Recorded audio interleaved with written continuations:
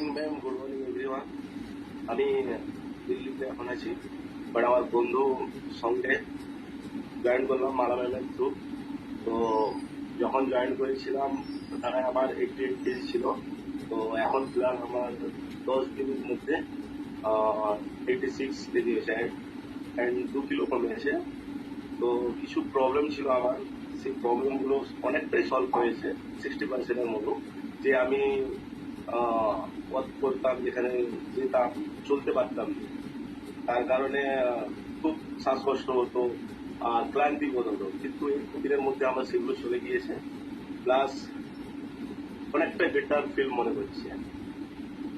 নিজেকে হালকা লাগছে, একদম ভালো লাগছে। এই যে সবার সাথে ওয়ার্কআউট করছেন, ভালো লাগছে।